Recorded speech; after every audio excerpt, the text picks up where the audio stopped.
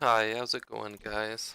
I just had a few questions about an inventor project or an inventor assembly for a project that I've been, I don't know, placed onto for my mechanical engineering degree.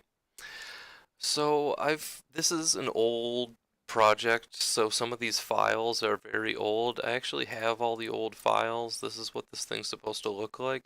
But these files are so old that they have lost all of their constraints or something like that. So instead of, if I try and move something on this assembly, it just comes right off. So I'm trying to reassemble the entire thing, and I've got myself into sort of a pickle. I constrained this aluminum beam right here, this one, to this lead screw.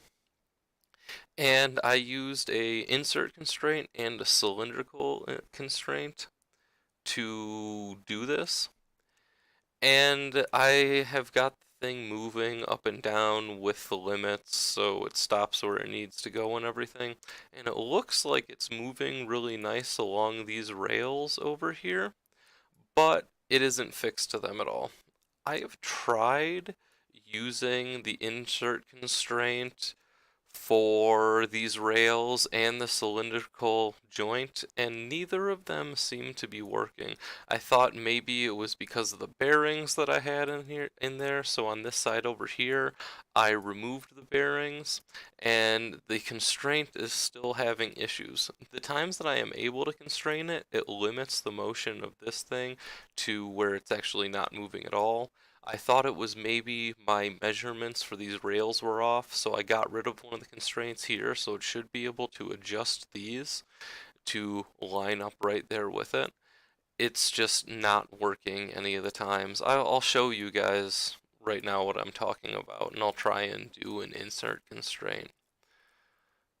So we'll go insert, we will go, let me actually move this back a little bit before I do that.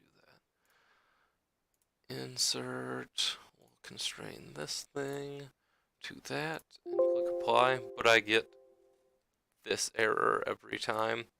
Or if I try and do a joint like I did with here, um, let's see, I'll do a cylindrical joint, we'll select this.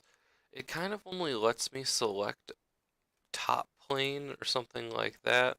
Yeah, so that motion looks nice, but let's try and go apply it. Now I am completely limited in the motion, or if I try and move this thing around, that rail just jumped. So I'm unsure what to do about this. I was just hoping someone would be able to help me out.